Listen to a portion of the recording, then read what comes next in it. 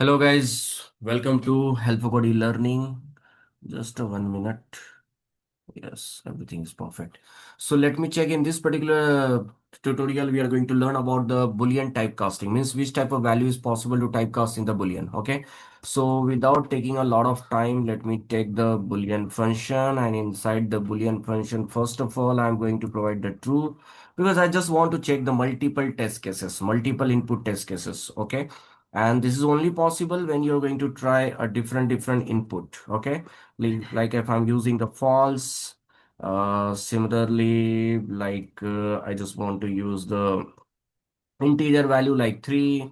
Then another test case, like I just want to try 3.14 floating point value. Okay, just try to understand what we are doing exactly here, guys. I'm just providing a different type of value so that based on the output, when we will get the output, we will check and we will verify which type of value is possible to typecast and which one is not possible to typecast. Okay, this is what we have to learn.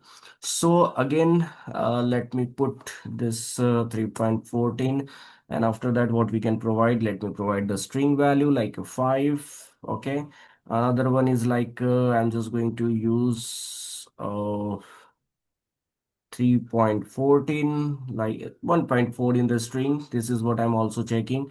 Then the floating point value like 0.0.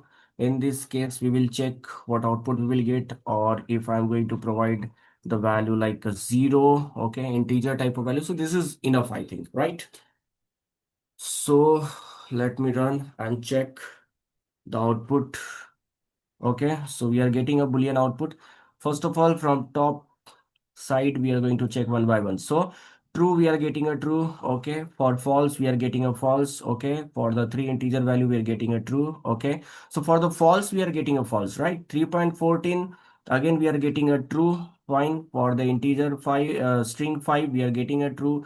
For 1.4, this is a string plus float value, we are getting a true. Then if we are providing a 0.0, so we are getting a false. And if we are providing an integer 0, so we are getting a false. Means when you are providing the value like 0.00, or in the complex type also like 0 plus 0, say, so when you provide the 0, you will get the false, okay, as a outcome, as a output. This is very clear. And if you provide the false, that is also you will get the false value. Similarly, the last test case, just I'm remembering right now, I just got the thought right now. If I provide the empty, so empty bracket, let me check what is the output for that. Okay, so we are getting an error or something like, so we are getting a true. Okay, in the last if you are providing us some empty something, so we are getting a true. Fine. And this is what we have provided the space. Okay, so we have provided the space. Okay, and if I have removed the space, we are getting a false right now. If you provide the space, then we are getting a true. If you are not providing a space, so we are getting the false. This is what we are getting a output, guys, and I hope you have understood this multiple test cases. Similarly, you can try another input test cases if you are getting some different thoughts or some different idea, so you can try here. Okay, because this is the right way to learn the programming, guys. This is the right way to understand the concept, and this is the basic concept which we are learning right now, and this will help you to solve the bigger problem, means sometime what happen exactly, when you stand on the beginner level, you are not able to see the bigger picture on the next level.